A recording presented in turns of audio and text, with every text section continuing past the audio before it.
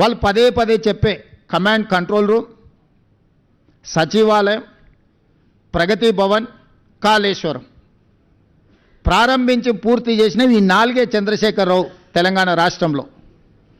1,50,000 కోట్ల రూపాయల అంచనాలతో మొదలుపెట్టిన కాళేశ్వరం 1,02,000 కోట్ల రూపాయల బిల్లులు చెల్లించిండు కాంట్రాక్టర్లు.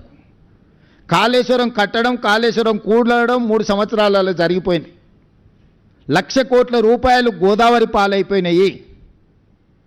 ప్రగతి భవన్ ఆయన విలాసవంతమైన జీవితాన్ని సేదతీరడానికి మాత్రం ఉపయోగపడ్డది తప్ప గద్దరన్న లాంటి వాళ్ళని ప్రగతి భవన్ గేటు దగ్గర గంటల కొద్దీ ఎండలో కూర్చోబెట్టింది తప్ప పేద ప్రజలకు ప్రవేశం లేని, తెలంగాణ పేద ప్రజలకు ప్రవేశం లేని నిషేధాజ్ఞలు ఉన్న ప్రగతి భవన్ కేవలం చంద్రశేఖరరావు గారికి వారి కుటుంబానికి ఉపయోగపడ్డది తప్ప తెలంగాణ రాష్ట్ర ప్రజలకు ఏమైనా ఉపయోగపడ్డదా?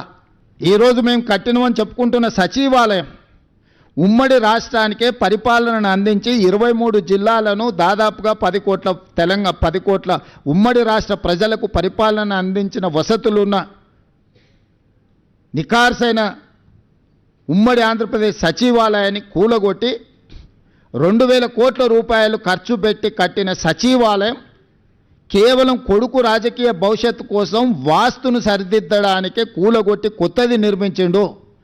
కొత్తగా ఏమైనా ప్రజలకు ఆ సచివాలయం వల్ల అదనపు సౌలభ్యం ఏమైనా వనకూరిందా? అదనపు ప్రయోజనం ఏమైనా ఉన్నదా? ప్రభుత్వంలో సచివాలయం కట్టడం వల్ల నూతనంగా ఏమైనా ఉద్యోగాలు వచ్చినాయా?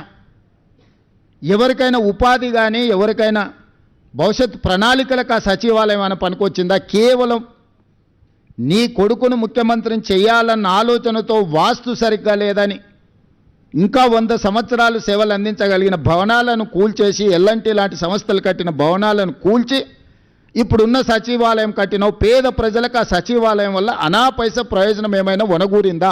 కమాండ్ కంట్రోల్ రూమ్ ద్వారా ప్రతిపక్ష నాయకుల ఇళ్ల ముందు సీసీ కెమెరాలు పెట్టి కమాండ్ కంట్రోల్ రూమ్లో కూర్చొని చూసుకోవడానికి ప్రతిపక్షాల మీద, తనంటే గిట్టని వాళ్ళ మీద, పాత్రికేయ మిత్రుల మీద నిఘబెట్టడానికి కమాండ్ కంట్రోల్ రూమ్ కట్టినవు తప్ప కమాండ్ కంట్రోల్ రూమ్ అంతకుముందు ఎవరినన్నా లోపలికి రానిచ్చిండ్రా? లోపల ఏముందో అదొక గండికోట రహస్యం.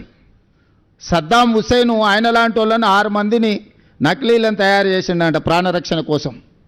ఎక్కడికి వెళ్ళినా వాళ్ళు ముందుగా వెళ్తే ఎవరు సద్దాం హుస్సేనో తెలియక ఎవరిని చంపాలనో ఆలోచన చేస్తారని భయంతో కుటుంబ సభ్యులు కూడా, సొంత భార్య కూడా అత్యాయత్నం చేస్తుందనే భయంతో నకిలీ సద్దాం హుస్సేన్లను తయారు చేసి నమూనాలను పెట్టి ప్రాణభయంతోనే రక్షణ కల్పించుకున్నాడని మనం